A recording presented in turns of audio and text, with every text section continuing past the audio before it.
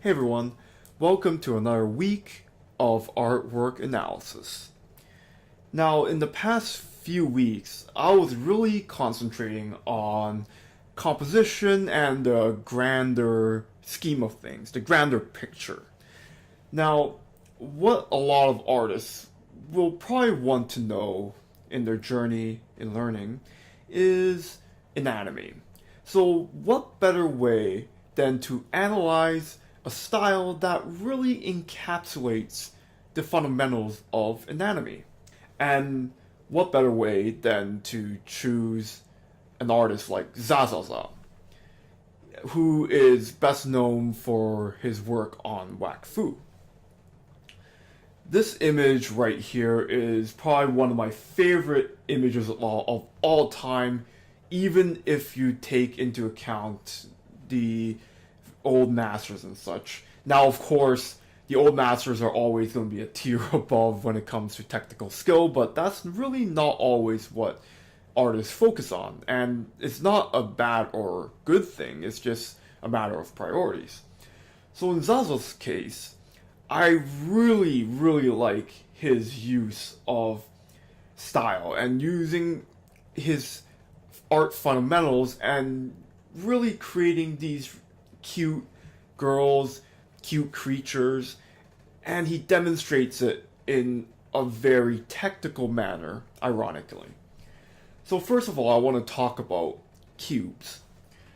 So if you've ever listened to my other tutorials, you'll know that I always advocate using cubes.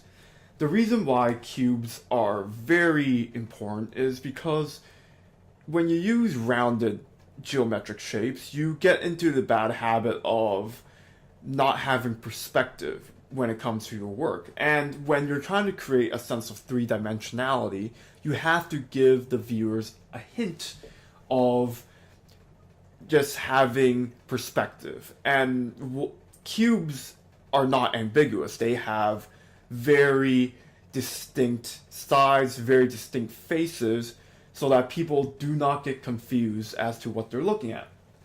Now, you may be looking at this picture and thinking, well, these are very curvy girls, of course, and where would the cubes come into play? There's actually cubes everywhere here. In fact, Zazaza's style is based entirely on cubes. Rounded cubes, to be specific. Now, I want to talk about where you might be able to see these types of cubes. So very obviously, let me draw for you. Actually, in fact, I'm gonna turn this into a grayscale picture in order to really make it apparent, since it's very colorful. So where are the cubes? So right off the bat, one of the most important ones would be, oh, actually, let's redraw that.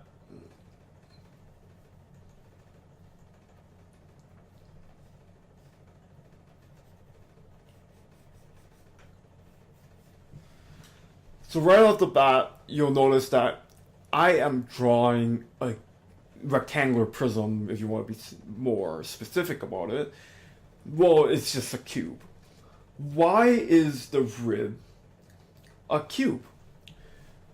Well, very simply, the reason why is, yes, we can simplify a rib cage into a circular oval here. But as I said before, when you're drawing, this is very ambiguous. It might even trick the artists themselves when they're trying to render it. There is no distinct perspective on it. When you're drawing a cube, you realize that the front is right here, and because it's heading towards the audience, it's tilted towards the audience rather, you'll notice that the cube is formulated in such a way that the faces are creating three-dimensionality to the piece. This type of thinking is extremely important when you're drawing do not, and of course you can draw however you want, but try your best to think of everything as a cube rather than a sphere, because you will save so much trouble.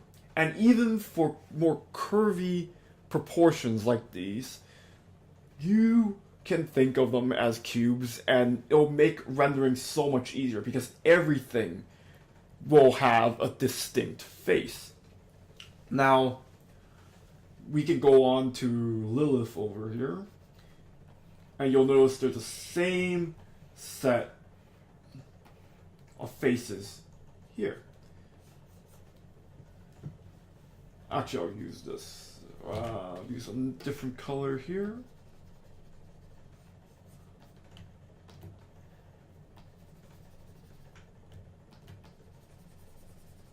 So as you can see, their main rib cage structure, geometric shape, is a cube.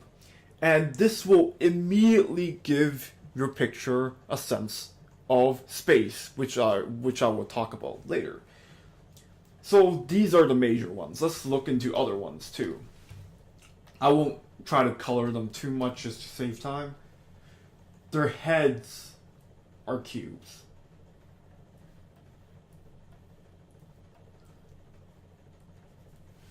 So as you notice here, the fact that I draw it out here, you immediately know where they're facing, which direction they are facing. And that's, again, very important when you're trying to create the sense of volume. A lot of people, they draw faces as if they're just a circle, and then you do this type of thing. And you know what? That's completely fine. But in order to really understand where a geometric shape is facing, you really have to dissect them into a cubic structure. So let's look at it from it with the cube on as well.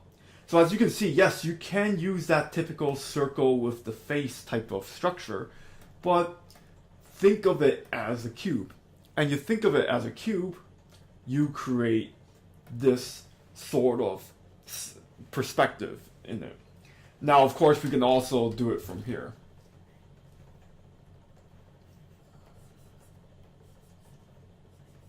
Now, I do want to mention that even though I'm advocating using cubes, you don't have to just draw cubic faces all the time. As with Zazoza's work, he likes to stylize the faces a bit, even though the cubes are very distinct. This comes from just experience and just how you want to stylize, which is quite easy. Well, I wouldn't say easy. Easy would be if you just randomly do stuff, but everything here is very deliberate. So maybe not easy, but I guess in a way simple. Simplified, and once you have that base cube, then you can use whatever style you want on top of it, and it'll always work. And I'm sure if you look at any type of anime that's a high level of artwork and quality, you'll notice that you can break down everything they do with cubic structures. So as with the other things, I want to just briefly go over a final note on where cubes are predominantly used. So the legs are actually incredible. Very nice structure here. Creates a sense of space. Self-explanatory, I've explained it. Look at how the rendering is. You notice that the rendering, the cuts of the shadow to light, is sort of exactly where the side of the cube would be. And again, this makes rendering extremely simple if you were to break it down in cubes rather than spheres. Again, save yourself the trouble and just think of everything you draw as very simple geometric shapes, which comes down to rectangular prisms and cubes. which will always give you the results you want. Now I want to move on to gesture. So gesture is something that is very advanced. It's simple to learn, but it's extremely hard to master. Now, a lot of people would maybe notice that, hey, there's a gesture here that swings here, and it's like, oh, maybe if you want to be more specific about it, here's an S gesture here. And for her, for Lilith, like this. Very simple, right? But that's not everything.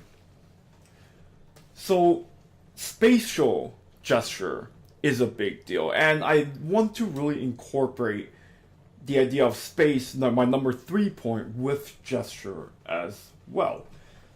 So, two-dimensionally, we know that Zazuza created a very beautiful gesture across the entire figures. And if you want to go into composition again, I don't want to really talk about it too much, but you can really notice that the gestures also head towards some of the other elements of the piece and lead you back into the picture and lead you around. Well, now it looks like John Madden is drawing over the NFL field, but I'll delete this so it doesn't look too confusing. Anyways, so we have the two-dimensional side of things. So what am I talking about when it's spatial gesture? Spatial gesture is seeing the gesture within three-dimensional terms. So, quite simply, because we are emulating, we are creating an illusion of three-dimensionality, we also have to take into account that these characters are posed in space. And when they're posed in space, they're not just a two-dimensional figure anymore. They have to make sense in three-dimensional space. So what's the spatial gesture? I'm going to look into Morgan on the left. So we have already established that the cube for her ribcage is like this. So her hips, however, are like this.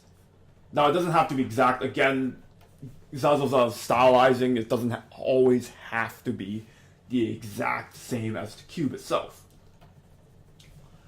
So what is it creating? It's creating a crunch. It's creating a crunch of the ribcage and the pelvis. When you're creating space, when you're creating that gestural space, you have to pose your characters as if they are in space. If they are not in space, then your work becomes flat. A character that's posed in this way, in this manner, I could easily have said, oh, if two-dimensionally, her form would be like this, right? Sure, but that's only on two-dimensional plane. In order to really understand how people pose, you have to notice the relationships of their body parts, I guess. One thing as well, I want to talk about how the limbs are. The limbs, again, are creating that sense of space. So imagine